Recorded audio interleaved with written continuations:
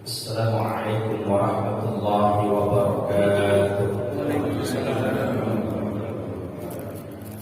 Bismillah, alhamdulillah, wassalatu wassalamu ala rasulillah, wa la hawla wa la quwwata illa billah. Ila hadratin nabiyil mustafa rasulillah sallallahu alaihi wasallam wa ala alihi wa azwajihi wa dhurriyyatihi wa ahli baitihi al-kiram wa khususatan mu'allifi hadzal kitab al-imam an-Nawawi al-Dimashqi wa ila awli jami' ulama al-'amilin wal musannifin fi ad-din wal qurra wal fiqh wa sa'ir al-muhaqqiqin wa tabi'in bi ihsan ila yaumiddin wa ila awli jami' mashayikhina fi ad-din wa mashayikh hadhihi al-baldati ajma'in syirun lillahi lahumul Fatihah. Billahi minasyaitonir rajim. Bismillahirrahmanirrahim. Alhamdulillahi rabbil alamin arrahmanir rahim maliki yaumiddin iyyaka na'budu wa iyyaka nasta'in ihdinas siratal mustaqim siratal ladzina an'amta 'alaihim ghairil maghdubi 'alaihim waladdallin.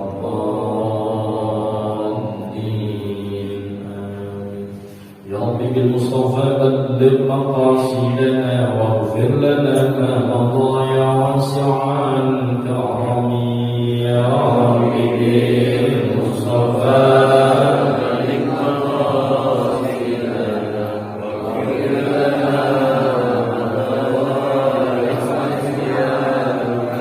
li khamsatin ukhfi biha harra wa ma'il hatimah al-Mustafa wal-Murtada وابنهما وفاطمة.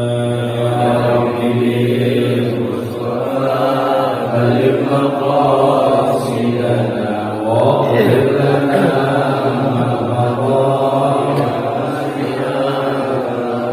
ومن وارضها مطلقا أبدا ومتى ثأب أصلا في مدى زمني. يا ربي بالمصطفى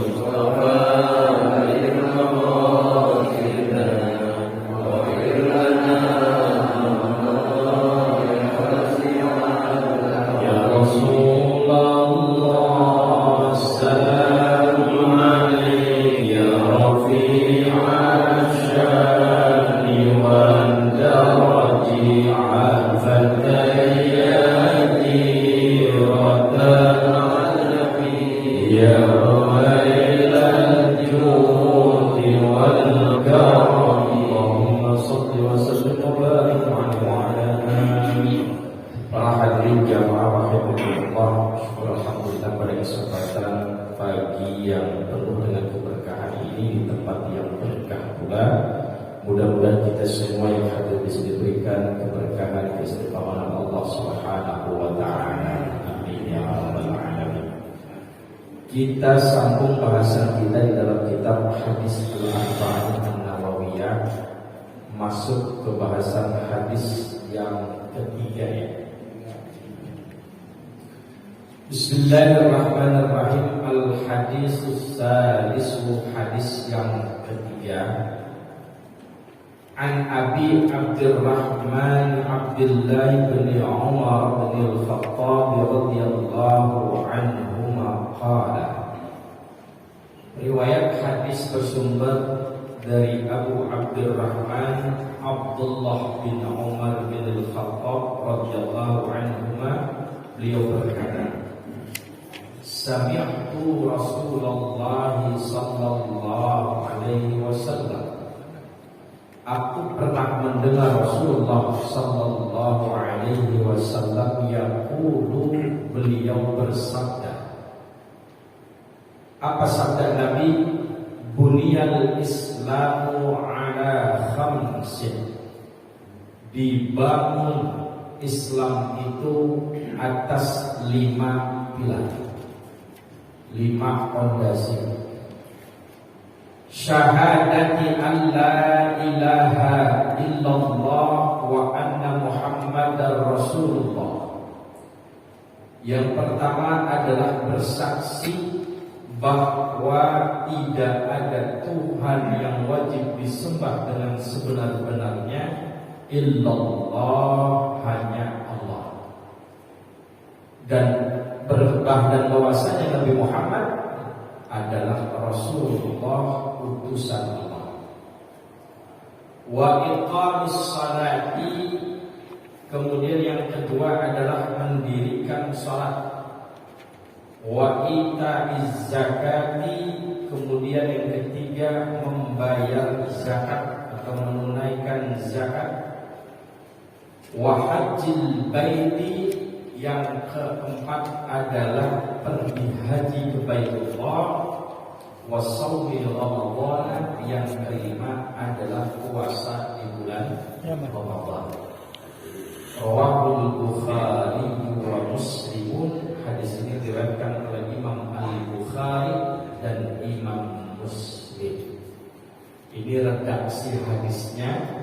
Rukun Islam itu yang kelima puasa di bulan Ramadan. Tapi redaksi hadis yang lain Nabi berbicara bahwa yang kelima adalah pergi haji.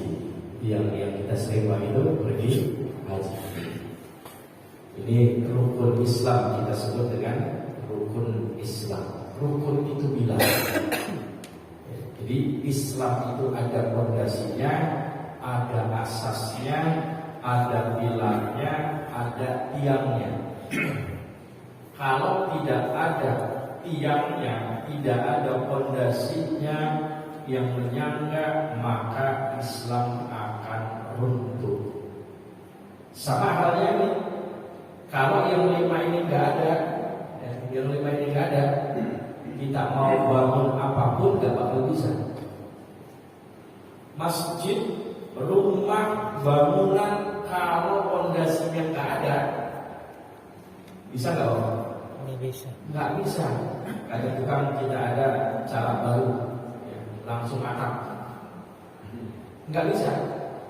Pasti dasarnya bawahnya itu harus sudah ada. Kalau di santri itu ada lagunya. Jadi sebelum maghrib itu suka dibaca. Ilahi laskunil firdausi ala wala aqwa ala naril jahim fahabli da'u badan wa fi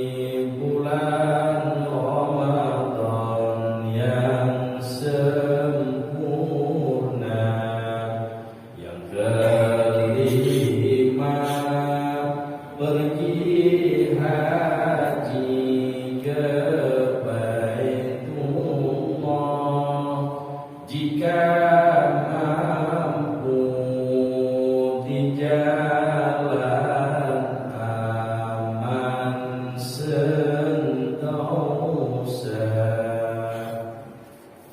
Itu sebelum masuk ke anak-anak sudah punya itu. Sampai berdayu-dayu enak dulu ya. Yang pertama, rukun Islam itu syahadati alla ilaha illallah wa anna Muhammadar Rasulullah. Ini dua kalimat syahadat. Dua kalimat syahadat senantiasa beriringan. Maka di depan kita lihat lafadznya, yang sebelah kanan lafaz apa? Lafaz Allah. Sebelah kiri lafaz Muhammad. Senantiasa jalannya bareng. Suami istri kalau digandeng pengantin di pelaminan, istri ada di sebelah mana? Sebelah kiri. Sebelah kiri atau sebelah kanan? Sebelah kiri. Itu simbol bahwa perempuan, istri diciptakan dari tulang rusuk sebelah kiri. Maka digandengnya itu istri itu ada sebelah kiri. Senantiasa jalan bareng bersama. Istri nggak boleh di depan, nggak boleh memimpin dan mengatur suami. Istri pun nggak boleh di belakang. Istri bukan orang yang kita katakan kita nikahi sebagai pembantu, bukan. Tapi senantiasa membangun rumah tangga itu adalah senantiasa bersamaan, jalannya bareng. Nggak boleh di depan dan juga jangan di belakang. Pernah lihat pengantin ada istrinya taruh di belakang? Nggak ada. Paling bapak kalau kondangan kalau ngantri makan, istrinya ditaruh di belakang, ini lebihnya ya. Nah ini ada yang pertama syahadat, namanya syahadatut tauhid. Syahadatut tauhid, asyhadu an la ilaha illallah. Yang kedua namanya syahadatul risalah, wa asyhadu anna Muhammadar Rasulullah. Jadi disebutlah dengan kalimat syahadatain, dua kalimat syahadat. Orang Jawa dulu dibawa oleh Wali Songo, sebutlah namanya sekaten. Di mana sekaten itu? Sekaten itu dari syahadatain, jadilah sekaten. Ada bacaannya sekaten itu, ada jimatnya, namanya jimat kalimosodo. Kalimat syahadat ini yang jadi jimat yang dipakai, jimat kalimosodo. Kalimosodo itu artinya kalimat syahadat. Kalau masuk masjid baca itu akan selamat, maka masuk masjid ada namanya satu pintu gerbang yang disebut dengan gapura. Gapura itu artinya ghafura.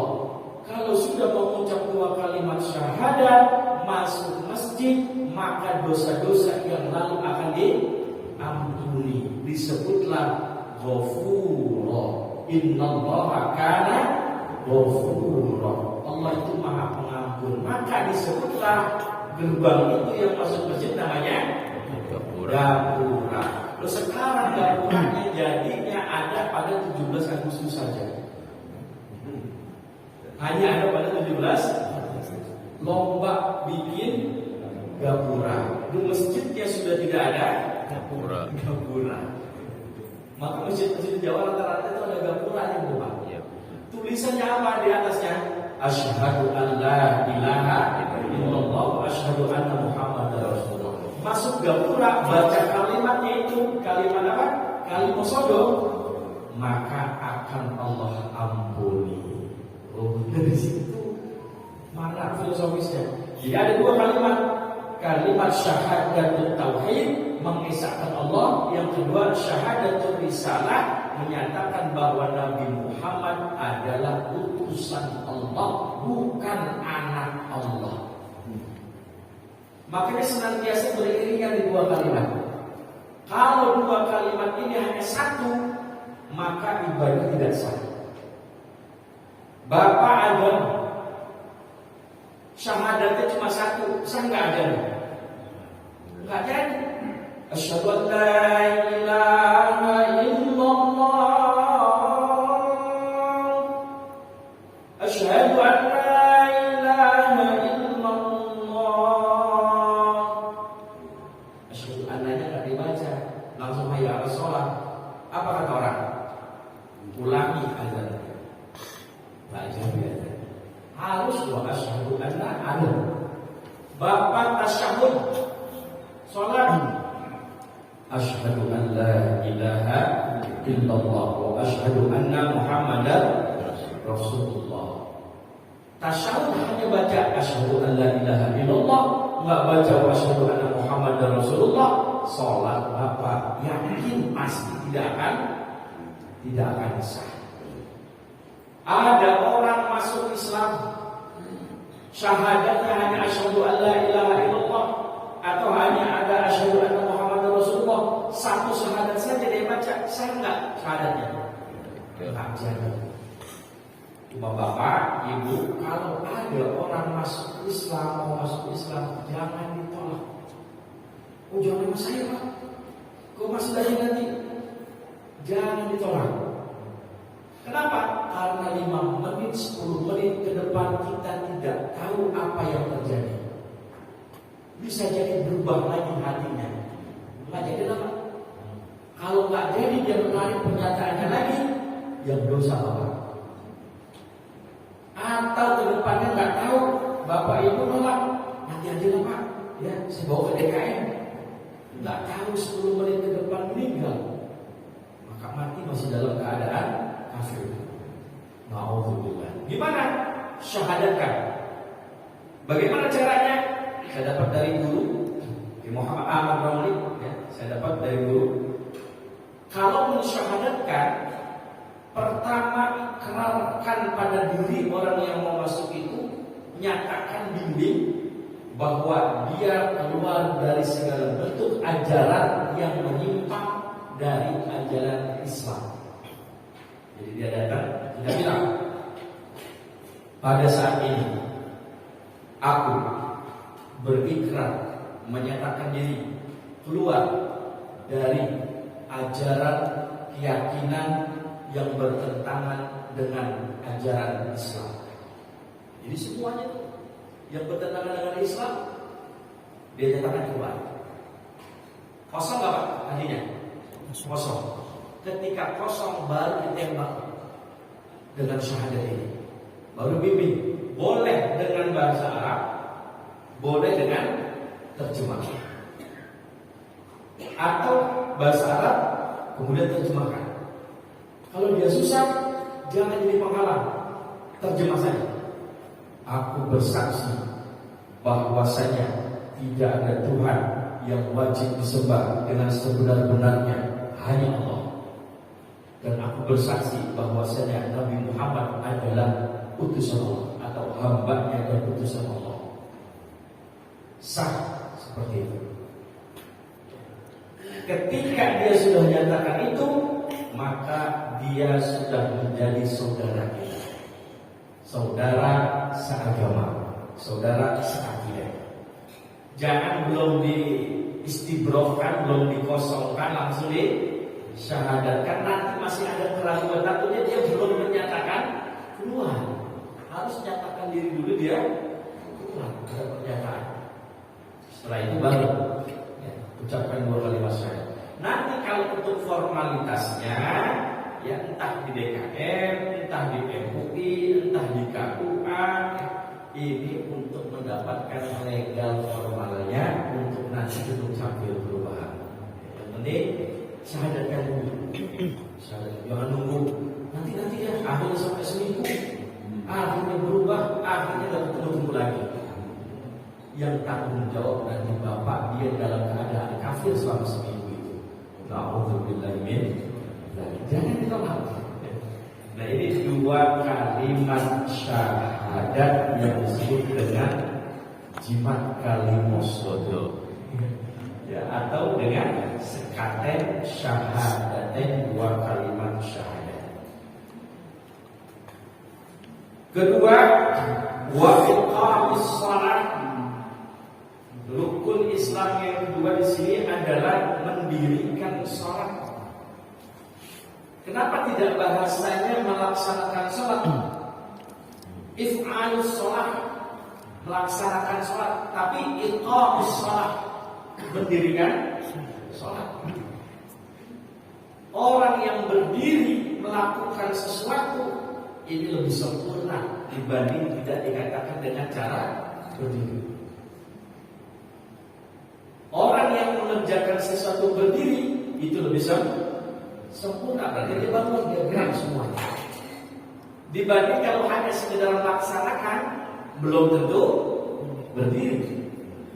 Ya, belum tentu berdiri.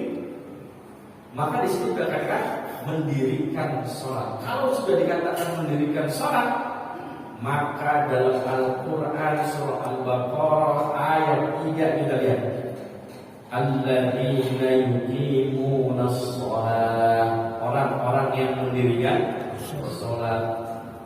Itu ciri orang bertakwa, mudallil muttaqin. Salah satunya adalah alladzina yuqimunas shalah. Ciri orang bertakwa salah satunya adalah mendirikan salat. Di tafsirnya dikatakan yang namanya mendirikan salat adalah biadabiha wa syurutiha, apalagi wa arkaniha, adabnya ada, etikanya ada, khusyuk, khudu, ya, tadabbur ketika sholat itu ada. Enggak sholat celingak-celinguk ke atas, ya, ke kanan, ya. Adabnya enggak ada, pakaiannya pun harus ada. Itu ada, ya. Pakai pakaian yang rapi, bersih, wangi, seperti kemarin malaikat Jibril menyerupai manusia, masuk dia ke masjid, sahabat sedang pada kumpul, pakaiannya putih, wangi, bersih. Itu diajarkan oleh Jibril. Ketika mau belajar apalagi di masjid, rapi, bersih, wangi. Kemudian apalagi adabnya lihat juga pakaian kita ini menutup aurat tidak, cocok tidak. Kalau ke masjid pakai pakaian yang banyak gambar apa enggak? Kadang di belakang bacaannya itu berbaris, apalagi sponsor. Jadi orang sholat di belakang itu baca itu semua. Ya, kadang saya suka lihat itu bacaan yang entah dari perusahaan apa ya 5S atau apa tertib di situ. Oh jadi rame. Makanya itu tak di sini atau di mana saya sampaikan itu waktu saya ke Batam itu di masjidnya itu disediakan, ada satu masjid menyediakan rompi putih, ya, rompi. Jadi DKM melihat kalau ada yang bajunya, kaosnya tertulis bacaan atau gambar di belakang, itu dipersilakan Bapak, maaf sebelum masuk pakai rompi dulu. Cuma rompinya yang belakang polos untuk menutupi bagian belakangnya. Dirapi. Jadi disediakan rompi. Walau di sini, maaf rompinya nggak perlu oranye ya. Parkir. Buat korban aja pakai rompi. Nanti kalau abang mau niru itu pakai rompi di sini untuk menjaga kekhusyuan jamaah yang lain. Jadi pakai ini rompi. Rapi jadi lagi. Berdepannya kita baca masjidnya Pak, kalau enggak saya bawa pulang. Apalagi yang perlu diperhatikan adabnya adalah awqatiha, waktunya perhatikan. Sebelum waktunya nggak sah, keluar waktunya juga nggak sah. Bukan namanya sholat, tapi nanti ada qodaan. Ada sholat adaan pada waktunya, ada sholat qodaan di luar waktu, ada sholat i'adatan ngulang karena ada yang kurang sempurna, namanya i'adah. Ada sholat mu'adatan, sudah sah, tapi dia ulang lagi, itu namanya mu'adah. Contoh, kalau sholat adaan, sholat tepat waktu, zuhur, waktunya sejak tergelincir matahari sampai bayang-bayang lebih panjang dari benda itu atau dari tubuhnya, ya, maka habislah waktu zuhur. Ya, kalau sekarang udah enak, udah pakai matahari. Pokoknya pukul 12 ya sampai pukul 3:30 itu waktu zuhur. Itu kalau sholat dikerjakan itu namanya sholatnya adaan. Di luar waktu namanya sholat qadha. Wajib qadha. Ada i'adah. Kalau sholat i'adah, dia tadinya sholat tapi ada yang kurang sempurna, maka dia ulang kembali. Ketika dia sholat tadi, ternyata dilihat sarungnya itu bolong bekas rokok. Nampaklah aurat dari pahanya. Masih ada waktu, maka wajib diulang. Kenapa? Ada yang kurang sempurna tadi, tidak tertutup aurat. Kadang-kadang nggak perhatiin Pak, udah pakai sarung hanya pakai celana dalam aja Pak. Udah pakai celana dalam, sarungnya bekas karena percikan rokok itu walaupun kecil itu asal kelihatan warna kulit itu sudah membatalkan sholat, maka dia wajib i'adah. Contoh i'adah mana lagi? Contoh i'adah, bapak musafir dalam perjalanan, di pesawat, di kereta, di bis, mau sholat repot waktunya. Ini bis melaju terus, ini pesawat di atas. Bagaimana sholatnya? Mau tayamum yang nggak bisa karena nggak ada debunya. Maka sholat faqidu tahurain dalam fikih namanya. Artinya sholatnya tidak memiliki dua alat untuk mensucikan diri. Wudu tidak, tayamum juga tidak. Maka sholat tidak dalam keadaan punya kesucian. Namanya sholat lihurmatil wakti. Sholat untuk menghormati masuknya waktu.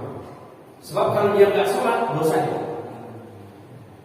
Sholat bagaimana? Sholat kaifa, bagaimana keadaan dia saat itu. Sholat Allahu Akbar, udah sholat. Saya sholat fardu dalam hati zuhur. Ya, kalau dia mau kosong 2 rakaat, kalau dia sekalian mau dijamah, maka jauh sudah masuk untuk kosongnya. Dia sholat biasa normal, dalam keadaan duduk biasa. Nanti ruku, sujud lebih lebih memumpuk lagi, salat biasa. Nanti sampai di tempat dia mendarat atau di tempat yang sudah memungkinkan, dia wudu. Setelah wudu dia sholat, namanya sholat i'adah. Saya sholat fardu zuhur, i'adah. Bukan qadhaan lagi, tapi i'adah. Tadi pada waktunya saya sudah sholat, cuma belum sempurna. Itu dalam fikih seperti itu. Dan jangan dipaksakan di pesawat sholat normal Pak, nggak bisa. Menghadap kiblatnya gimana? Bisa nggak? Nggak bisa. Wudunya susah Pak, di pesawat itu sekali ada keran yang perutnya kenceng Pak. Susah. Atau mau bawa debu pesawat, diomelin Pak. Atau mau bawa air segini, repot Pak. Fikih memberikan cara dalam fikih Syafi'iyah, ya sudah sholat lihurmatil wakti. Ya, mungkin Mungkin nanti Bapak bisa praktekkan. Saya alhamdulillah kalau lagi naik pesawat atau di bis, itu kita praktekkan sholat berbakti waktu. Nanti baru ada nama sholatnya. Ada lagi namanya sholat mu'adah. Sholat mu'adah dalam Sahih Muslim, orang sudah sholat sendirian sah, sholat zuhur, maghrib, isya atau sholat yang lainnya, datang seorang orang berjamaah, dia ingin dapat fadilah jamaah, dia sholat lagi zuhur berjamaah, boleh nggak? Boleh. Namanya sholat mu'adah. Sholat yang tadi sudah sah diulang karena dia ingin mendapatkan pahala jamaah. Itu boleh. Jadi sholat ada qadha, ada adaan, ada qadhaan, ada i'adatan, ada mu'adatan. Jadi fikih. Fikih yang kita baca itu ada sholat-sholat itu. Nah, itu sholat-sholat yang kita katakan harus perhatikan waktunya. Jangan tidak perhatikan waktu. Syaratnya, syarat dalam sholat ada syarat sah, ada syarat wajib. Syarat wajib terlebih dahulu Islam. Kalau nggak Islam ya nggak sah syaratnya. Ada misalnya saudara kita atau teman kita atau kerabat kita atau siapa gitu, dia bukan Islam, dia mau misalnya sholat, saya mau sholat ya nggak sah, harus syahadat dulu, nggak akan ada pahalanya. Kalau dia tetap sholat atau seperti ibadah lain puasa itu tidak sah, maka tadi harus mengucap 2 kalimat syahadat. Nggak ada. Atau mau korban, ngasih korban kemarin itu, ambil jangan? Hah? Ambil aja. Kalau atas nama dia nggak sah korbannya, maka harus ditamlik bahasa fikihnya, harus dipindahkan ke pemilikannya. Atas nama siapa? Atau dari perusahaan. Ambil jangan? Ambil. Sapi ini gede. Di kampung saya ditolak Pak 3 sapi dari perusahaan.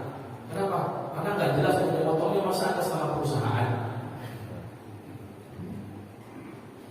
Saya bilang sayang sekali. Harus ditamlik. Bilang DKM, ya, Pak, ini dari perusahaan, ya. Bagaimana caranya nanti? Mau atas nama siapa? Udah Pak, ini atas nama perusahaan aja. Yaudah kalau gitu Pak, ini yang sapi diberikan, kami yang urus dan kami yang atur ya. Iya. Udah. Kalau kita yang atur berarti akadnya kita yang atur nanti. Untuk nama siapa-siapa yang kita akan tentukan. Atau kalau dia Islam, dia tanya, boleh saya minta nama bapak siapa? Kita aja. Nanti kita yang atur, kita yang tentukan. Baru nanti takdir. Maka sama halnya seperti kurban yang di sekolah atas nama siapa tuh kalau kami? Grup anak-anak patungan. Satu anak 50.000. Belilah 1 kambing. Atas nama siapa kambing itu? Sekolah. Atas nama sekolah. Kepala sekolah. Masa kepala sekolah dapat sumbangan dari murid?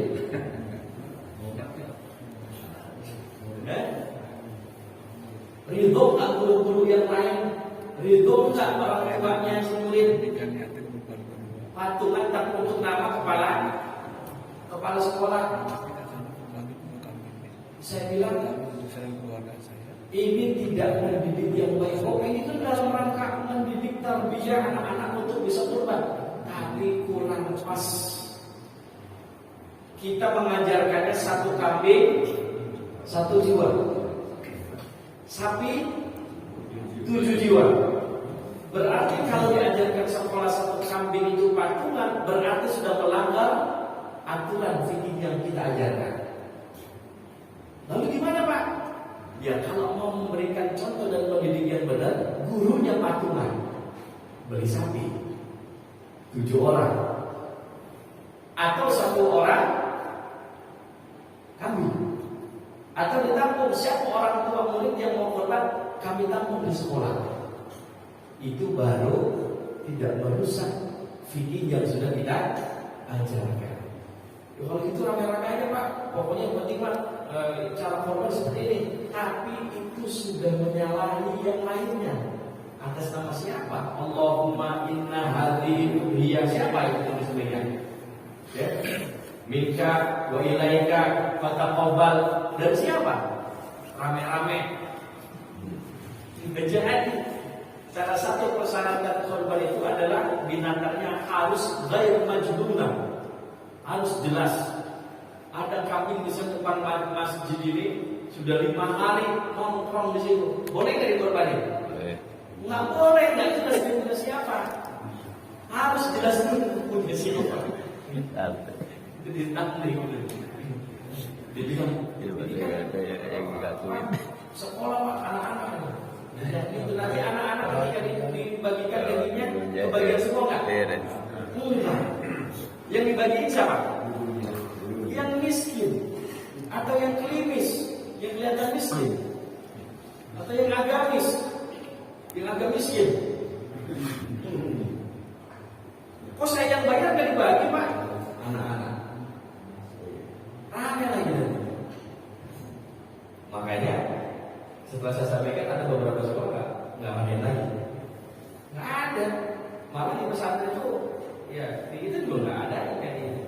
Harus jelas mau nggak, ada nggak kerelaannya nanti untuk para korban itu ditampil, dipindahkan.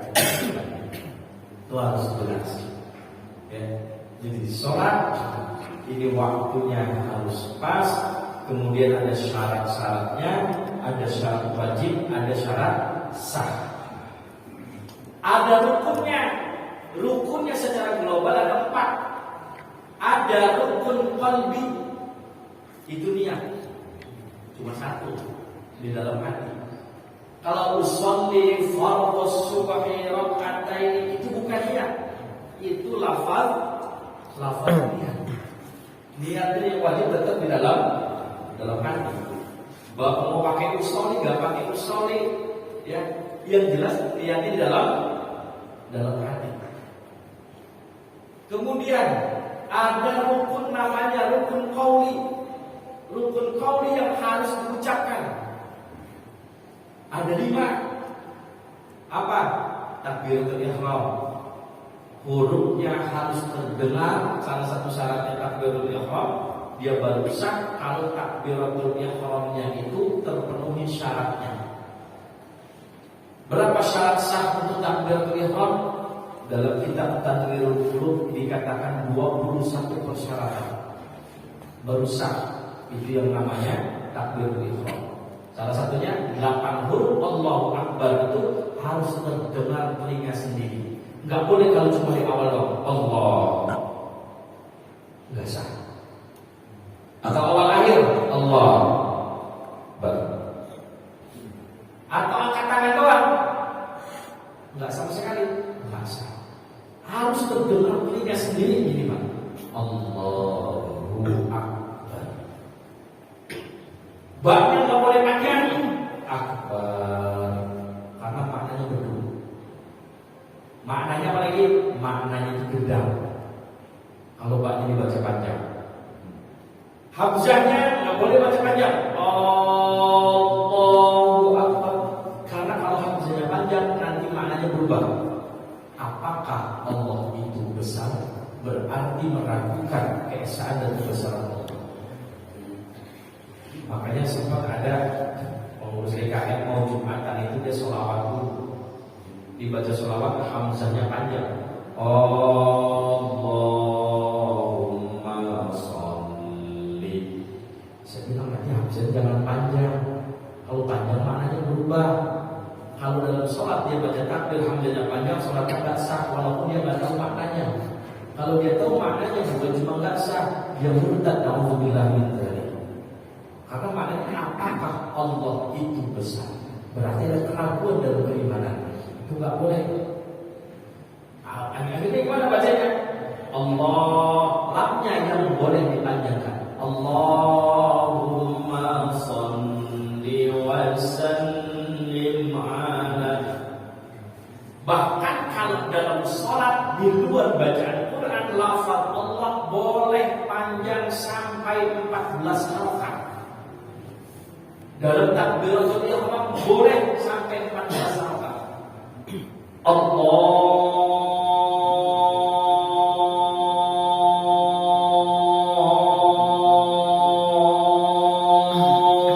Akbar boleh sampai 7 alif atau 14 rakaat. Atau dalam azan Allahu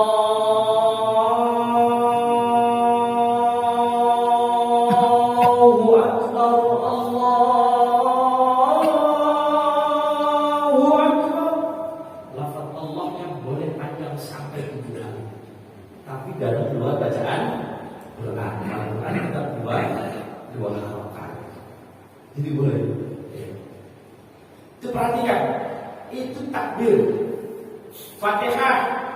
Fatihah termasuk huruf qauli, 156 hurufnya harus terdengar telinga sendiri dan harus pakai tajwid.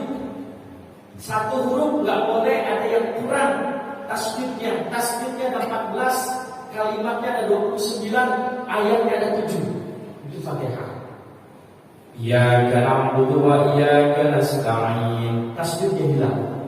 Tapi kata orang enak sih suaranya. Enak tapi salah. Iyyaka na'budu wa harus pas. Dan juga jangan tawallud, walaupun enggak membatalkan. Tawallud itu berbuntut Pak kalau kita baca. Bismillahirrahmanirrahim. Alhamdulillahi rabbil alamin. Ar-Rahmanir Rahim. Enak sih. Tapi kalau orang yang ahli tahu benar, salah. Namanya lahm khafi. Kesalahan yang kecil, tapi salah. Jadi bacanya harus ya izhar, namanya izhar mutlak. Bismillahirrahmanirrahim. Alhamdulillahi rabbil alamin. Ar-Rahmanir Rahim. Maliki yaumiddin. Ujung-ujungnya. Kemudian ada rukun yang namanya termasuk rukun qauli ya. Fatihah, tasyahhud, baca sholawat, salam. Salam pun sama. Assalamualaikum. Minimal kum. Kalau sudah kum selesai. Jangan belum selesai kum sudah nengok. Assalamualaikum. Sampai ini merubah dadanya arah kiblat batal salatnya. Kalau sudah kum baru Assalamualaikum warahmatullahi wabarakatuh. Atau mau begini enggak apa-apa. Yang penting sudah kum. Dan itu harus dengar Assalamualaikum minimal. Ya, minimal sampai itu. Itu rukun qauli. Ada rukun fi'li. Rukun fi'li itu nanti ada yang qasir, ada yang qawi. Yang qasir enggak boleh dipanjangin, yang panjang enggak boleh dipendekin. Berdiri itu rukun qauli. Berdiri itu ketika baca Fatihah dan lainnya. Apalagi ruku itu rukun qauli. I'tidal rukun qasir. Maka i'tidal enggak boleh lama-lama. Kecuali dia qunut. I'tidal enggak boleh lama-lama. Berdiri lama ya. Orang yang enggak tahu nih, jangan sampai lupa dia lagi. Sujud rukun qauli. Boleh sujud berlama. Duduk antara dua sujud rukun qasir, rukun fi'li tapi qasir. Enggak boleh duduk antara dua sujud lama-lama. Itu adalah rukunnya rukun qauli. Terakhir ada namanya rukun maknawi. Ya. Rukun maknawi. Qalbi, qauli, fi'li, maknawi. Apa maknawi? Tertib berurutan mulai dari takbiratul ihram sampai salam, kemudian tumakninah. Tumakninah itu masuk rukunnya rukun maknawi. Kemudian memberikan zakat, haji ke Baitullah, shaum Ramadan, insya Allah nanti pada berikutnya kita akan jelaskan. Ya, bahwa dari materi yang sampai waktu belum komplit, belum dijelaskan Pak Ustaz. Ada yang perlu ditanyakan Pak? Silakan Pak.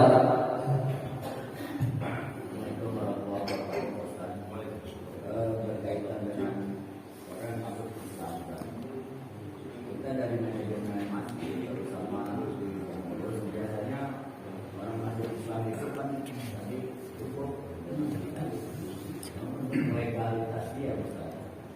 Dalam hal ini konteks yang Ustaz ditunjukkan dalam sebagian orang, legalitas itu yang mengeluarkan ya Ustaz. Kita dari manajemen masjid untuk di orang Muslim itu tidak bisa berkebiasaan dan di atas materi tanda tangan dan menyatakan juga. Nah, dalam hal ini konteksnya yang legalitas dari kita tidak ada jauh orang lagi menunjukkan. Untuk legalitas formalnya yang diminta nanti oleh Dukcapil untuk perubahan di KTP itu adalah MUI tingkat kota. Nanti datang kalau sudah di sini dinyatakan melalui pernyataan, kemudian saksi, nanti bawa ke MUI. Nanti MUI akan mengeluarkan syahadat. MUI ada namanya Komisi Advokasi Khusus. Urusan khusus, nah salah satunya itu advokasi dan urusan khusus. Urusan khusus salah untuk mengurus mereka-mereka yang mualaf. Bahkan ada nanti pendampingan dan juga pelatihan dan pendidikan di MUI. Bahkan sampai di pembinaan mualaf.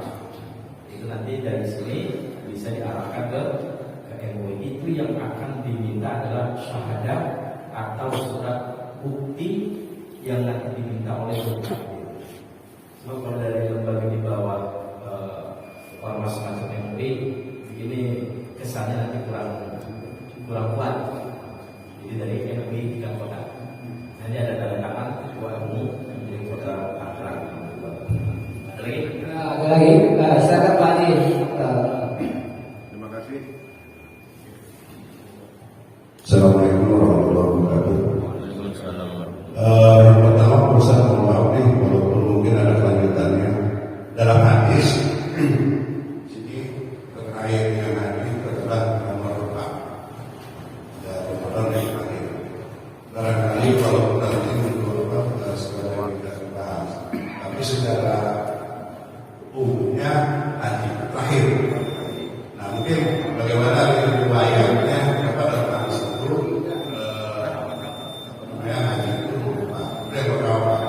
yang kedua terkait dengan untuk kurban, saya masih ragu Pak. Pertama terkait dengan ada Ustaz dan beberapa yang dicontohkan tentang Rasulullah, dia kurban itu satu kambing itu untuk dia dan saudaranya, atau satu lagi dia berkurban untuk dia dan anaknya. Kan gitu.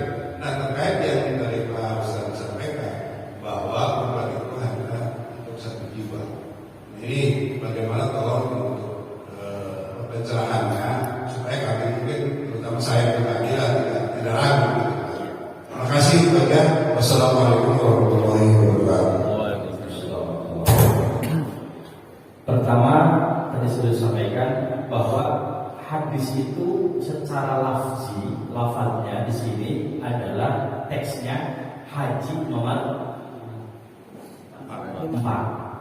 Tapi pada hadis yang sebelumnya, al-hadis Yusani yang kemarin tentang malaikat Jibril nanya, mal Islam? Apa sih Islam itu?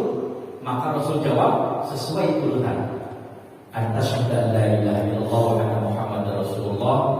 Kemudian wa tuqimas shalah, wa tu'tiyaz zakat, wa tasuma ramadan, wa tahujjal bait, man istata'a ilaihi sabila.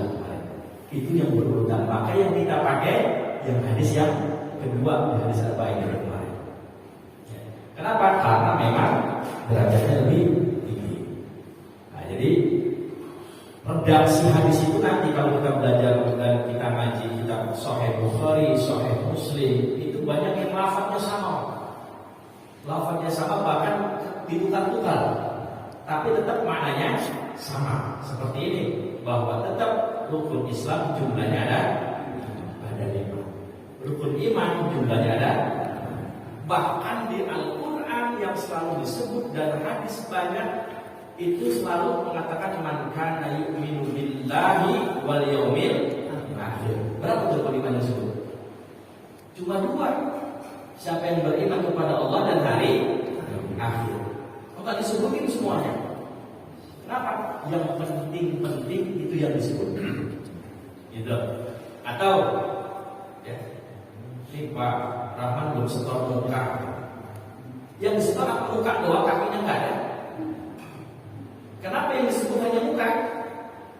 Karena bagian yang mulia di antara tubuh kita adalah muka. Maka yang disebut muka.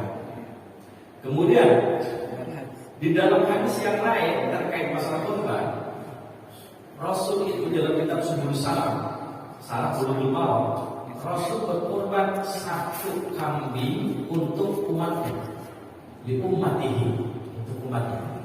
Pertanyaannya, kambingnya punya siapa? Punya Rasul. Kalau yang patungan sekolah, kambingnya punya siapa? Maka tadi saya bilang ditamliknya ini, dipindahkan ke pemilikan. Nah, dari situlah muncul yang namanya dalam kitab fikih muhadzab, fikih Syafi'i, atau di dalam kitab fikih yang lain ada namanya sunnah kifayah, ada namanya sunnah ainiyah. Sunnah ainiyah adalah ketika perorangan dia berkurban, maka hanya orang itu yang dia dapat pahala sunnah. Karena kurban hukumnya sunnah muakkadah. Akikah pun sama, kurban itu sama akikah sama hukumnya. Bagaimana bisa menjadi sunnah kifayah? Ketika dalam satu rumah ada 5 orang, 5 jiwa. Ada anak yang satu dia sudah kerja, ekonominya udah bagus. Bapaknya udah gak kerja, emaknya udah gak kerja, adik-adiknya belum, dia bagus ekonominya. Dia kurban, maka satu rumah ada yang dia kurban, maka sudah terpenuhi kesunahan itu dengan anaknya yang satu dia berkurban. Tetap korbannya anak dia, tapi sudah terpenuhi kesunahan seluruh rumah itu dapat pahala. Namanya sunnah kifayah. Sama ada, ambil dari mana? Itu Nabi kurban, tapi untuk seluruh umatnya. Dari situlah lahir sunnah kifayah, ulama istihad.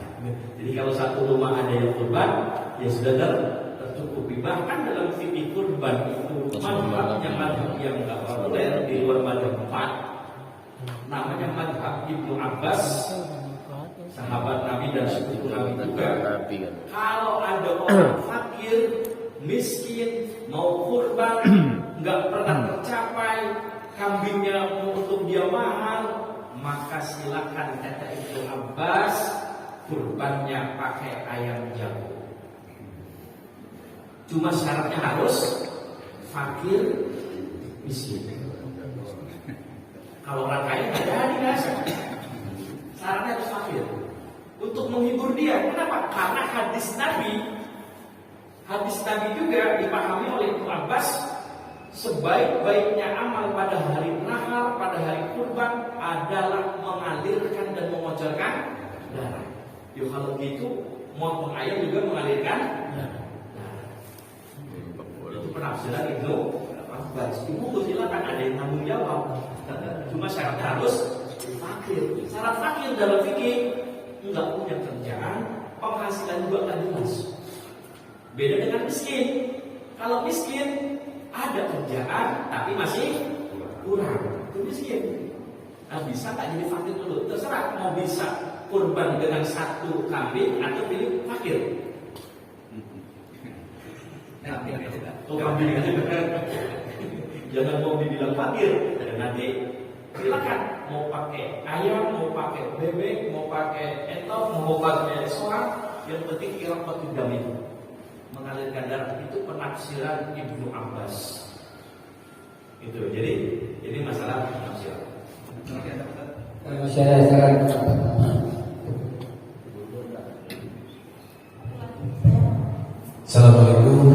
warahmatullahi wabarakatuh. Ustaz, terkait tadi yang sholat, pertama adaan, kodoan, iadaan, dan muadaan.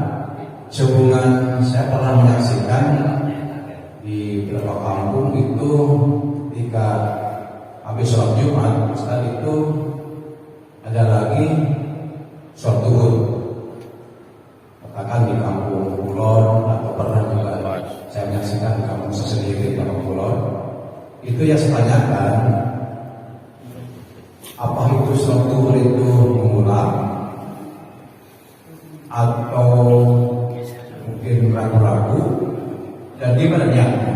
Apa tadi adaan, apa iadaan, atau muadaan? Terima kasih. Assalamualaikum warahmatullahi wabarakatuh. Jadi Pak Ustaz, dalam mengucapkan dua kalimat syahadat, misalnya wa asyhadu anna Muhammadur, asyhadu Muhammadan ya, itu boleh atau tidak? Dan yang satunya lagi dalam azan orang Syiah itu wa asyhadu anna waliyan ya Pak. Ya itu bagaimana Pak? Apakah dia masuk dalam kategori Islam atau bisa asal pakai amin itu? Ya. Untuk di beberapa tempat, mulai dari Legok, saya pernah dulu waktu tugas sebulan di Legok, itu beres sholat Jumat, sholat zuhur, bahkan di sana nggak ada speaker Pak, orang nyebutnya aspek. Kita waktu itu mahasiswa, kita nggak tahu, kita mau beli speaker, tapi nggak diterima, di karpet aja katanya. Ya benar. Itu sholatnya sholat i'adah. Kenapa? Karena merasa masih ada yang kurang. Apa yang kurang? Karena di kampung itu yang min ahlil Fatihah kurang. Ustadz atau kiai kampung situ merasa jumlah 40 itu masih kurang lengkap, atau ada lebih 40 tapi yang bisa Fatihah ya bisa kehitung. Jadi tokohnya merasa kayaknya yang bisa Fatihah bisa dicek gitu, Fatihahnya itu sah dikit. Maka untuk menjaga itu maka diadakan ibadah. Memang saya lihat ya perkampungan, saya lihat kayaknya secara SDM, apalagi baca Fatihah ya hanya sekedar Fatihah gitu. Jadi merasa tokohnya itu kayaknya Fatihahnya belum pas, maka dia diadakan ya ada. Ya kalau di kita di kota ini rata-rata ya bisa-bisa rata-rata minta Fatihahnya, jadi nggak ya ada. Terus apa lagi tadi Bapak? Udah ya? Iya, ini ada. Iya ada. Jadi beres langsung iqomah. Ini datang lagi adaan Pak ya? Iya adaan. I'adatan. I'adatan. I'adatan. I'adatan. Kemudian Ibu, bagaimana kalau baca asyhadu anna Muhammadun? Itu kalau kita ngaji nahu ada anak. Anak itu tansibul isma wa tarfa'u khabar. Jadi anna Muhammadan Rasulullah dibukan anna Muhammadan Rasulullah. Kalau hanya dia ketika misalnya bersaksi atau dia mengucapkan dua kalimat syahadat saja seperti itu, tapi ketika dia menerjemahkan, dia baca wa asyhadu anna Muhammadun, ya mestinya Muhammadan, tapi diterjemahkan aku bersaksi bahwasanya dan Muhammad adalah Rasulullah, itu secara makna tidak berubah, tapi secara gramatikal bahasa Arab ini salah. Ya, itu. Jadi kalau ada orang azan bacanya Muhammadun, secara tata bahasa salah, tata bahasa Arab, tapi secara makna tidak berubah, tidak berubah. Kemudian azan orang Syiah itu terbagi-bagi juga banyak. Nah, Syiah yang dikatakan sesat dan sudah difatwakan di MUI itu Syiah itu sesat. Itu Syiah Rafidiyah yang menyatakan bahwa Jibril itu salah kasih wahyu, mestinya ke Ali, tapi malu ke Muhammad. Itu Syiah Rafidiyah. Makanya tidak mengakui sahabat Nabi Abu Bakar, Umar, Utsman. Mestinya setelah Rasulullah wafat langsung ke Ali, ke pemimpinan itu, bukan ke sahabat yang lain. Makanya azannya yang beda, sholatnya pun cuma 3 waktu, ya. Zuhur asar gabung, maghrib isya gabung, subuh cuma 3 waktu. Maka dinyatakan di Indonesia Syiah itu aliran sesat. Tapi ada orang yang banyak, iya. Sama seperti Ahmadiyah sudah difatwakan, ya, itu sebagai aliran sesat. Ada nggak sih? Di Gondrong banyak. Pusatnya malah dari Palu, larinya ke Gondrong gitu. Karena sudah terangkan dulu. Bahkan tetangga-tetangga orang kampung itu sendiri. Ya, jadi ada hak sebagai ukhuwah insaniahnya yang berlaku dan ukhuwah watonnya, saudara sesama manusia, saudara setanah air. Tapi saudara seakidah kita tidak sama. Sudah banyak.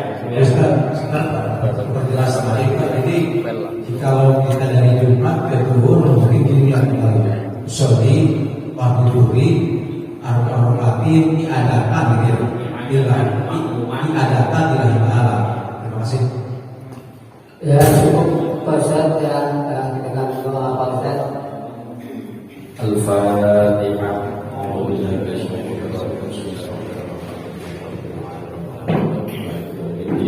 Iya, wa iya nasta'in.